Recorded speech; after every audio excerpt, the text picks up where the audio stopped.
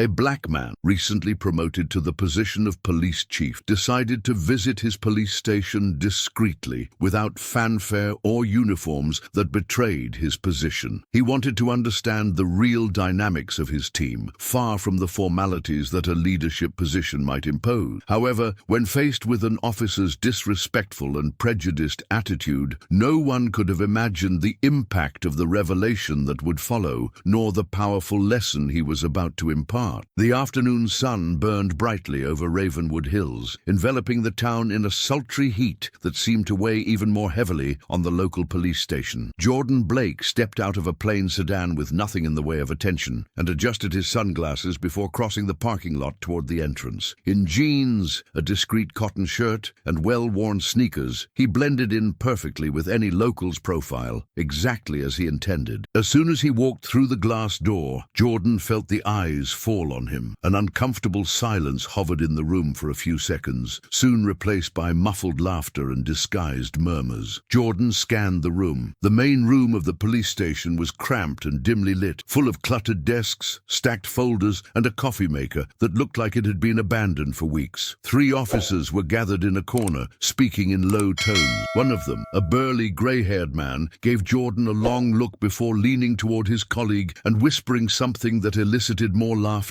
Jordan remained calm, although he noticed that some officers avoided looking at him, preferring to busy themselves with paperwork or staring at their computer screens. The air was thick with veiled hostility, as if Jordan's presence had interrupted the precinct's routine. He walked up to the reception desk and waited, but no one seemed interested in helping him. A young agent, clearly uncomfortable, glanced at Jordan before looking away, pretending to be busy. "Is there a problem, citizen?" asked a deep, provocative voice behind Jordan. He turned and saw Connor Hayes, a tall, confident man with a distinctly defiant stance. With brown hair cut short and a sarcastic smile on his face, Connor looked him up and down. Jordan noticed the accessories hanging from Connor's belt, but it was the cold, dismissive look that really caught his attention. "I'm here to talk to the station chief," Jordan replied calmly, keeping his voice controlled. Connor raised an eyebrow, watching him with disdain. "The boss? Do you have a meeting scheduled, or did you just decide to show up out of nowhere?" Connor asked, crossing his arms with a sneer. Jordan took a deep breath, resisting the temptation to respond in kind. "It's an important issue. I prefer to discuss this directly with the boss." Connor let out a short, mocking laugh. "The boss, huh?" He took a step forward, closing the distance between them even further. "Look, you really don't seem like the kind of person the boss would accept without an appointment. And to be honest, with that outfit—" Connor paused, looking Jordan up and down, almost as if he was inspecting something disposable. "Do you think anyone here will take you seriously?" He tilted his head slightly, a teasing smile on his lips, clearly waiting for a reaction. Jordan noticed muffled laughter behind him, but remained firm. His expression didn't change, although it was impossible to ignore the hostile atmosphere that hung in the air. He knew this was a trap. Responding impulsively would only reinforce the prejudice Connor was trying to justify. For a moment, Jordan clenched his fists, but then he relaxed them as his father's words echoed in his mind. "Be greater than other people's ignorance. Prove your worth without having to raise your voice," Connor continued, the tone of his voice full of disdain. "You know what I think? That you're probably one of those—" He paused theatrically, letting the insult hang in the air like a heavy cloud. "Tramps who like to cause trouble. Do you think you can show up here and tell us what to do? Keep dreaming, partner." He finished the sentence with a short but venomous laugh, while his eyes sparkled with a mix of amusement and provocation. Before Jordan could say anything, Connor took another step forward, invading her personal space. He leaned over slightly, almost face to face with Jordan, and then, in a deliberately humiliating gesture, spat on the floor, right in front of Jordan's feet. The sound of saliva hitting the floor echoed through the room, and an awkward silence took over the room. Even the other agents, who until then seemed comfortable with the provocations, seemed surprised by the audacity of the act. Jordan felt a wave of anger pulse inside him, but he refused to let it control him. He knew that dignity didn't depend on an immediate response, and that losing his cool would only reinforce the stereotype that Connor was trying to impose. Calmly, he readjusted his posture, standing even straighter, which seemed to irritate Connor even more. The silence in in the room was almost deafening. "It's over here, man," Connor said, pointing to the door with a dismissive gesture. "Now, if you have nothing else to do, go back to the hole you came from." Jordan remained still, looking directly into Connor's eyes. He knew he needed to respond, but not in a way that led to provocation. In a firm and controlled voice, he said, "Don't worry, you'll soon have plenty of time to reflect on how you treat people." Connor frowned, clearly confused and irritated by the comment. For a moment, he seemed to waver, as if considering the possibility that there was something more behind Jordan's words. But he soon shook his head and let out a forced laugh, trying to show indifference. Without another word, Jordan turned and began walking toward the hallway that led to the police chief's office. His steps were calm and calculated, which only seemed to increase the tension in the room. As he disappeared down the hallway, murmurs began to fill the space again. The previously laughing agents exchanged curious glances, while others seemed uncomfortable with what had just happened. Jordan's behavior was intriguing, almost defiant, but without a single word spoken in a confrontational tone. Connor's eyes remained fixed on the hallway where Jordan had disappeared. Although he tried to maintain his superior stance, Jordan's firm and controlled comment seemed to have left a mark. A few minutes later, the sound of an announcement echoed through the police station speakers, summoning all employees to a meeting in the main room. The warning was unexpected, and the officers began to get up one by one, exchanging curious whispers as they headed towards the meeting room. Connor Hayes, with his usual smug smile, was the last to leave his table. He adjusted his belt exaggeratedly, calling out to the others in a mocking tone, "Another of those meetings that lead nowhere." The meeting room was small and unwelcoming, with yellowed maps stuck to the walls and white boards full of almost indecipherable notes and scribbles. In the center, there was a large rectangular table surrounded by chairs, whose wooden arms were visibly worn from use. Connor entered last, maintaining the same arrogant air. He chose the chair at the end of the table, where he could watch everyone, crossed his arms and cast a condescending look around. "Does anyone know why we are here?" he asked, impatience evident in his voice. A gray-haired officer sitting near the wall shrugged his shoulders before replying, "Looks like it's to introduce the new boss." Connor let out a short, dismissive laugh, shaking his head. "New boss or not, nothing will change here. You know how it works. They arrive with great speeches, but in the end, they end up following the same rhythm as always." The comment drew restrained laughter from some agents, while others preferred to keep their heads down. Connor's confidence was almost suffocating, as if he truly believed no one could challenge him. Before the conversation could continue, the door to the room opened with a slow creak. The sound interrupted the relaxed atmosphere, and all eyes turned towards the entrance. Jordan Blake appeared, this time dressed in his impeccable police chief's uniform. His imposing figure seemed larger in the cramped room. The well-fitting uniform and shiny insignia reflected authority. Jordan walked with an erect posture, conveying a calculated calm, but at the same time emanating an air of unquestionable command. Silence took over the room. The police officers who moments before were laughing and whispering now seemed trapped in a state of nervousness. Chairs creaked as some tried to straighten themselves, instinctively straightening under Jordan's penetrating gaze. Connor, who until then had displayed a look of superiority, remained motionless. His eyes widened for a brief moment as he recognized Jordan. He quickly tried to regain his composure, but the sweat dripping from his forehead gave away his discomfort. Jordan slowly walked to the end of the table, positioning himself in front of all the officers. He folded his hands behind his back and looked at each person present before starting to speak. His voice, firm and authoritative, echoed through the room. "Good afternoon, everybody." The serene tone, but full of presence, made even the most cynical people pay attention. "My name is Jordan Blake, and I am the new chief of police of this station." He paused strategically, allowing his words to settle in the heavy air. The silence was almost palpable as officers tried to process what was happening. Jordan kept his gaze steady, staring at Connor for a few seconds longer than necessary. Connor looked away for a moment, but then looked up again, trying not to show weakness. Still, her discomfort was evident to everyone in the room. "My priority here," Jordan continued, "is to ensure this police department operates with integrity, respect, and professionalism. I want to make it clear that I'm not here to give empty speeches. I'm here to make real change." The murmurs from before had completely disappeared. The atmosphere was filled with a mixture of tension and curiosity. Some officers looked suspicious, while others showed a glimmer of hope in their eyes. Jordan concluded, looking directly at Connor once again. "And the change starts now." Incredulous murmurs began to circulate around the room as soon as Jordan finished his presentation. "This has to be a joke, right?" someone whispered softly, not daring to speak out openly. Despite the hubbub, Jordan didn't divert his attention. His steady gaze continued to sweep over those present, ensuring that each one felt the weight of his presence. "I want to make something very clear," he began, his firm voice cutting through the silence like a blade. "I'm here to change what needs to be changed, and from what I've seen so far, we have a lot of work ahead of us." The atmosphere became even heavier. Connor Hayes, visibly uncomfortable, shifted in his chair, as if trying to relieve the tension he felt. Finally, he decided to speak, trying to regain some of his usual confidence. "Boss, with all due respect," Connor began, forcing a respectful tone that couldn't completely hide the hint of sarcasm. "If I had known who you were, well, things would have been different. It was just a misunderstanding." Jordan slowly turned his gaze to Connor, his eyes seeming to pierce through the cop's facade. His expression was calm, but there was an icy intensity to his words as he replied, "A misunderstanding." Jordan's low but cutting tone made Connor swallow hard. The tension in the room became palpable. Jordan stepped forward, fixing Connor with a piercing gaze. "Do you think humiliating someone by spitting on the ground is a misunderstanding, Officer Hayes?" Connor tried to justify himself, but his voice broke for a moment. He cleared his throat and finally managed to stammer out, I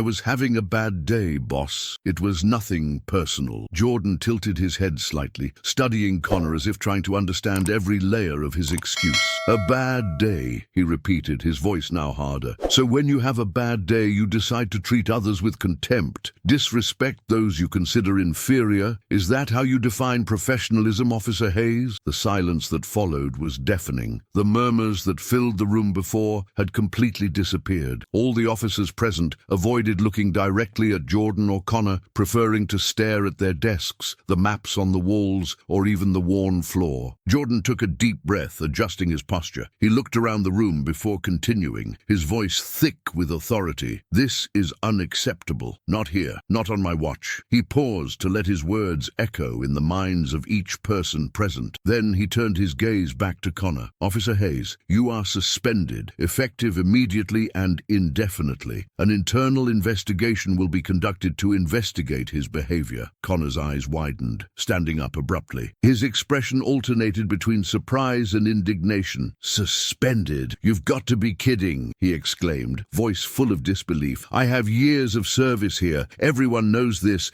Silence!" Jordan's voice echoed through the room, loud and authoritative, cutting off any attempt by Connor to continue. The intensity in his tone made even the most experienced police officers flinch slightly. Jordan took a deep breath before speaking again, this time slower, but with the same firmness. "I said this type of behavior would not be tolerated, and I always do what I say." He swept his eyes around the room once more, making sure everyone was paying attention. "If anyone here thinks they can continue acting as before, they better rethink their attitudes, because under my command, there is no room for disrespect, prejudice, or lack of professionalism. The change starts now." Silence once again dominated the room, but this time it was filled with a mixture of respect and apprehension. Some officers seemed to reflect on their own actions, while others simply kept their gaze fixed on Jordan, waiting for his next move. Connor, in turn, remained still, his face pale and his hands shaking slightly. Jordan, pleased with the impact of his words, concluded, "You can choose to be part of the solution or part of the problem. The decision is yours. This police station will be a place of respect, both for the citizens we serve and for those who work there. Anyone who doesn't want to adapt can leave. The door is there." The days following his speech were marked by tension. The police station was divided between those who believed in the proposed changes and those who thought it was all a farce. The atmosphere was heavy, with suspicious glances exchanged in the corridors and whispers that echoed through through the walls. Jordan, however, was undeterred. He walked through the offices carefully, observing every detail. His mere presence seemed to upset many of the officers, but for others, he represented renewed hope. On the third day, Jordan sat in his office, reviewing old reports. Between poorly filed complaints, ignored complaints, and hushed-up incidents, he noticed a repeating pattern. Connor Hayes's name came up often. Abuse of power, intimidation of colleagues, inappropriate behavior, and serious accusations that never resulted in sanctions. As Jordan analyzed the documents, he felt anger mixed with deep discouragement. How many lives were impacted by this omission? How many closed their eyes, ignoring what was happening? He thought, rubbing the bridge of his nose. A soft knock on the door interrupted his thought. "Between," he said, arranging the papers on the table. Agent Navarro entered cautiously, holding a tablet to her chest. She was young, probably no more than 25, with expressive brown eyes that showed nervousness and hesitation. Jordan had already noticed this. His posture was discreet, almost modest, as if he were trying to hide in his surroundings. "Of course, sit down," Jordan said, pointing to the chair in front of him. "What do you want to tell me?" Navarro settled into the chair, still holding the tablet as if it were a shield. "I wanted to thank you for what you're doing here. No one has ever had the courage to face the real problems we all know." She paused, looking down before continuing, as if her words needed to be carefully chosen. "I know change won't be easy, but it's good to see someone willing to fight for what's right." Jordan watched the young woman for a moment. She was nervous, but she also seemed determined, and that was something rare among the police officers at the station. He knew that Navarro represented the part of the team that yearned for change, but he also knew that in doing so, she would likely be exposing herself to retaliation. "You have courage, Navarro, and I appreciate that." He leaned back in his chair, his gaze softening. "But I have to be honest, it's difficult. Many here think you won't be able to change anything." "And why do they think that?" Jordan asked calmly, even though he already knew the answer. "Because it's always been that way," Navarro replied, his voice thick with resignation. "When I arrived here, I had a lot of ideas. I wanted to make a difference, help people, you know." She paused, taking a deep breath before continuing. "But I quickly realized that if we try to act differently, to do what is right, we end up isolated. They laugh at you. They make you look weak. So I just stopped trying." Jordan listened silently, absorbing the sincerity and frustration in her every word. He could feel the weight of the years of disillusionment Navarro carried. "Navarro," he said, after a moment of reflection, "I know that changing a system like this is not easy, but you are not alone. I didn't come here just to occupy a position. I'm here to make things happen." He leaned forward slightly, his gaze steady but full of determination. "And for that, I need people like you, people who still believe we can do the right thing." Navarro looked at him, his eyes shining with a mix of emotion and hope that seemed long lost. She nodded slowly before standing up. "Thanks, boss. If you need help, you can count on me." As she left the room, Jordan felt a slight wave of relief. It was a small step, but it represented something bigger. There were people there who wanted change, and that was enough to keep him moving forward. But not everyone shared this enthusiasm. Connor Hayes, even suspended, seemed determined to undermine Jordan's authority. He still roamed the halls, flashing his sarcastic smile and exchanging jokes with colleagues who supported or ignored his behaviors. Late in the afternoon, Jordan called the senior officers to a meeting. He knew that to face resistance, he needed to talk directly to those who could be his biggest obstacles. Once everyone was gathered in the small meeting room, Jordan remained standing in front of them. His steady gaze swept over the faces of those present, which varied between expressions of curiosity, skepticism, and even disdain. "I'll get straight to the point," he began, his voice firm and authoritative, but without a trace of arrogance. "I know some of you think I'm here to show service or that my efforts won't last, but let me make something clear. I'm here to change things." He paused, allowing his words to echo in the room. "And I'm here to listen to you. If anyone has something to say, now is the time." The silence that followed was charged as the officers exchanged hesitant glances. Finally, one of them, an older man with a face lined by years of service, raised his hand. It was Sergeant Holden. "With all due respect, boss," he began, "we've seen others try. They come, they talk about change, but nothing really happens. Why would it be any different now?" Jordan took a deep breath, realizing that question was both a challenge and an opportunity. "Because I'm not here to maintain the status quo," he replied. "I'm here to to transform this police station into an example of justice and respect. And if you're willing to walk with me, I promise this won't be just another try." Jordan faced Holden with a firm expression, but without losing his calm. "Does it work?" he repeated, his tone thick with disbelief. Pulling one of the reports off the table, he lifted it into the air. "Because from what I see here, what you call functioning is ignoring abuses and protecting those who should be held accountable. Is that your definition of order?" Holden opened his mouth but hesitated, not knowing how to respond. Outside, leaning casually against the hallway wall, Connor let out a sarcastic laugh that echoed through the space. "Talking is easy when you're behind a desk, boss," he teased. "But I want to see you repeat these beautiful speeches out there, where things really happen." Jordan slowly turned towards the door, where Connor stood with his arms crossed, wearing a defiant smile. "Connor, you are suspended. My suggestion is that you take advantage of this time to reflect. Here, behavior like yours will no longer be tolerated." The tension in the room increased, almost palpable. Some agents exchanged uncomfortable glances, while others seemed relieved to see that someone was finally standing up to Connor. After the meeting, Jordan returned to his office, feeling the weight of the day on his shoulders. "Despite the challenges, I knew that each small victory, from the conversation with Navarro to the confrontation with Connor, was a step toward change." Saving the reports for the next day, one phrase echoed in his mind: "This is just the beginning." Over the next few months, Jordan's hard work began to show results. The agent's initial resistance gradually gave way, even if there were still traces of skepticism. Concrete changes began to emerge. Trainings were implemented, toxic behaviors were corrected, and the community, although still suspicious, began to show signs of hope. A year after taking command of the police station, Jordan was in the main park, participating in a community event that symbolized more than just a gathering. It was a milestone, a reminder that although there was much to be done, the right path was finally being taken. The air in Ravenwood Hills felt different that late afternoon. The city, marked by years of mistrust and conflict, seemed to breathe a little easier, even if the weight of caution still hung in the air. Colorful tents decorated the main square, while families walked among them, some still fearful, others showing a glimmer of hope by participating in something that, until recently, seemed unlikely. Jordan supported the idea from the beginning, believing that bringing the police closer to the community was an essential step. The children played in a corner, while the adults chatted in small groups. The police mingled with the residents, some still struggling to feel comfortable, others beginning to laugh and interact more naturally. Jordan turned and saw a boy running towards him, holding a football in his hands. He couldn't be more than 10 years old, with curly hair and eyes full of curiosity. "Hey, big guy," Jordan responded with a smile. "What is your name?" "Jordan," he said. "My mother told me you are the chief of police, and truth,